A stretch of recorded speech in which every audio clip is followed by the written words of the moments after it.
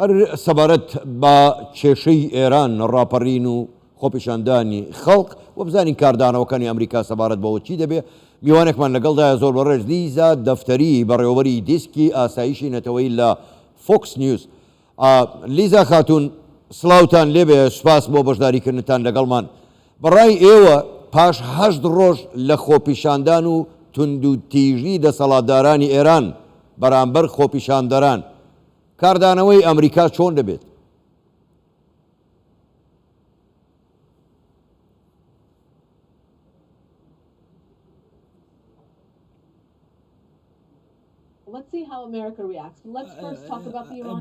باسی خەڵکی ئێران بکەین سەرەتا چەندە ئازان ئەمە بەڕاستی لە 43 ساڵی ڕابردووە ئازایەتی بەم شێوەیەم نەبینەوە. لە 2009 بە هەمان شێوە خۆپیشاندان هەبوو و خەڵک داهاتنە سەر جادە لە 2019 و 2500 کەس بوونە قوربانی. بۆیە ئێستا جارێکی دیکە خۆپیشاندان دەستی پێکردێتەوە بە بێ گوێدانە کاردانەوەی ئەمریکا. ئێستا ئێمە دەبینین کە سەرۆکڕەیسی هاتووەتە نیویۆرک لە کۆبوونەوەی گشتینەتەوەی گرتوەکان بەشدار بووە و بەشداری کردووە. بەرپرسانی ئێرانی هاتوون، ئەمانە دەستیان بە خوێنی گەلی ئێران سوورە، هەڕەشەیان لە بەرپرسانی ئەمریکا کردووە کە تیرۆریان دەکەن. بەڵام بەڕاستی شەرمە سەرۆکێک کە دەستی بە خوێنی گەلەکەی خۆی سوورە ڕێگەی پێ بدرێت بێتە نەتەوە یەکگرتوەکان بێتە نیویۆرک قسە بکە. بۆیە کاتێک کە کچێکی کورد ژینە ئەمینی کە 22 ساڵ بووە بەو شێوە دڕندانەیە گیانی لە دەستدا کوشتیان، بەڵام ئەمریکا بێدەنگ بووە، بەڵام هێشتا ئامادەنی هاوکاری گەلی ئێران بکە و ڕێگە دەدا سەرۆکەکەی بێتە نەتەوەی گرتوەکان و نیویۆرک قسە بکە.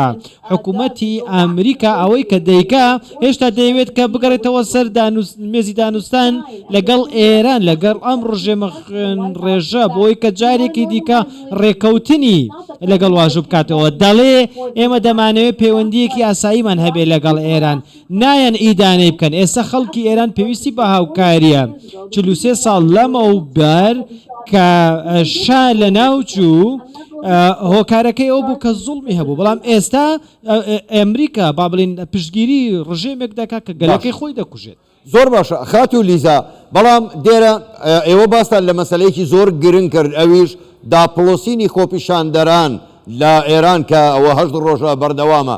پرسیارەکەی من ئەوەیە، باشە ڕۆڵی دنیای دموکراسی ئەو دنیایی کە باس لە مافی مرۆڤ دەکەن لە ئەمریکا لە ئەوروپا سەبارەت بەم پێشێلکاریانەی ئێران دەربارەی خۆپیشاندەران، ئێوە دەتوانن چی بکەن ئەو وڵاتانە؟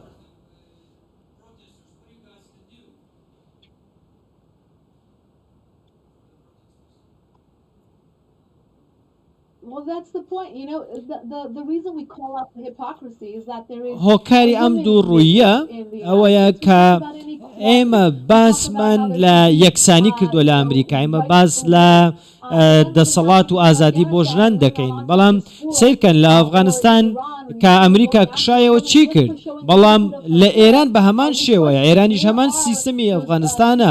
سیرکەن تەنها ئافرەتێک کە پێیان وایە لە چکەکەی نەداوە بەسەر یاخود حیجابەکەی بەگوێرەی دڵی ئەوان نییە چی لێ هات. بۆیە دەبێ ئێمە باس لە هەنگاوێکی کردداری بکەین ئێستا بۆ گەلی ئێران کە ڕژێمی ئێران بگۆڕێت. لە سەردەمی ترامپیش ئێمە کەمپینمان هەردەم بەردەوام بووە، هەموو کات داوامان کردووە کە ڕژێم بگۆڕێ، بەڵام ئیدارەکانی ئەمریکا هەموو کەوتیان ئێمە دەمانەوێ ڕەفتارەکانی ئەو ڕژێمە بگۆڕێ، ئێمە نامانەوێ ڕژێمی ئێران بگۆڕین.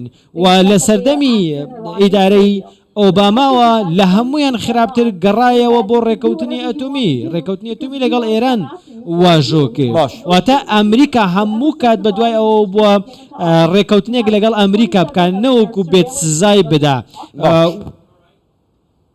زۆر باشە، زۆر بەڕێز لیزا دەفتەری بەڕێوەبەری دێسکی ئاسایشی نەتەوەی لە فۆکس نیوز ڕاستەوخۆ لە ئەمریکاوە لەگەڵمان بووی. گەلێک سوپاس بۆ بەشداریکردنتان لەگەڵمان. سوپاس بۆ ئێوە.